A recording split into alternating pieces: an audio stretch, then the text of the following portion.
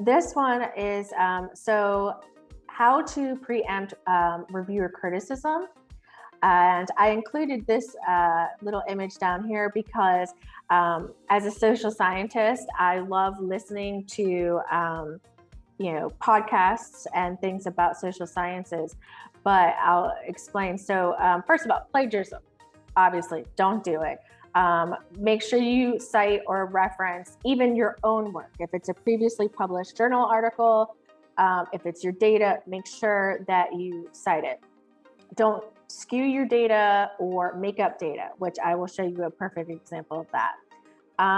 Read the author's guidelines and the journal style guide, which I will show you the process flow for a journal and how they accept their papers. But at the very beginning, they will look, if you're not using the right font, if you don't have the right margins, if you don't have, your figures put in the correct way, they won't even read it. So it's very important that you follow their guidelines. And then what I was talking about with this hidden brain is, does your research add to the body of knowledge, right? There are so many interesting things that we can study. It's a matter of if we should study.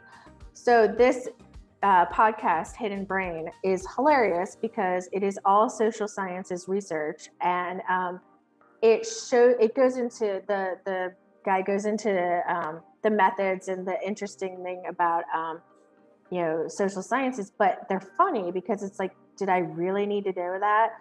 One of them was like, people when they're walking their dog, what goes in through their mind as to whether or not they pick up their dog's waist, right? Do I really need to know that?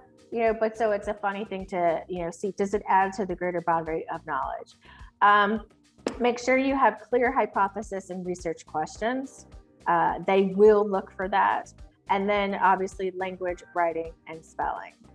Now, here's my example, right? Imagine you're a doctoral student, okay? Because this is my true life story.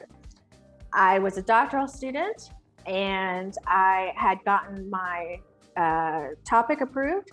I had already done my review of literature, and I had already picked my methodology and my models. I was ready to do data collection.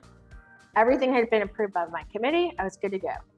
I accidentally typed in one of the authors of my, who forwarded my theory and my model into Google instead of into like Google Scholar or one of my other databases, and discovered that the entire foundation of my dissertation was based on a man and his theory, his model, in which he made up data, right? It was all made up, fake.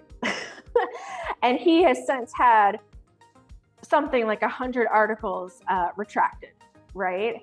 And so I had a moment of panic. I called my chair, and I was able to get his fellow researcher to sign an affidavit for me stating that while his data was fraudulent, the model still stands and the theory still stands. But you definitely need to be careful in who you are citing and how much stock you put into what they say. So this, I could have had to start all over because this one man decided to completely lie and fabricate his data.